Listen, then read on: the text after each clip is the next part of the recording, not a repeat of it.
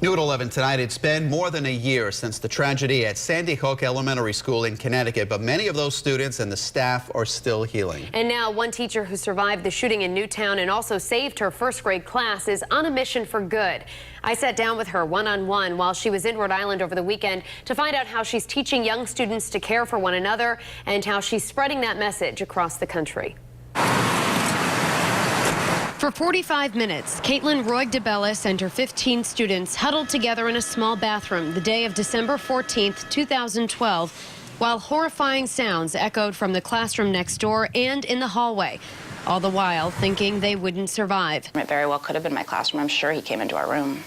And for a long time, Kaitlin says it was hard for her to come to grips with the fact that she did survive. I spent weeks quote unquote, banging my head into a wall. Why?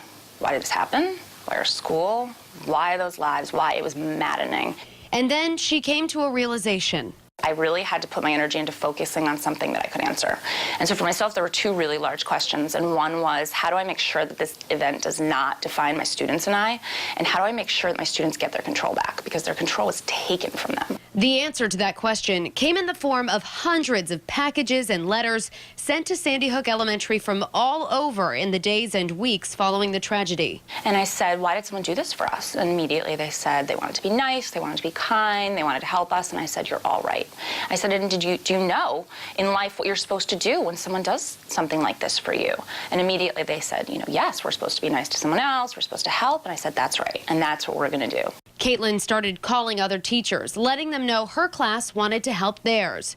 30 classrooms accepted, and so Classes for Classes was born, a nonprofit that allows classrooms to come up with whatever project they want to help another class. Through crowdfunding on the Classes for Classes website, they make that project happen.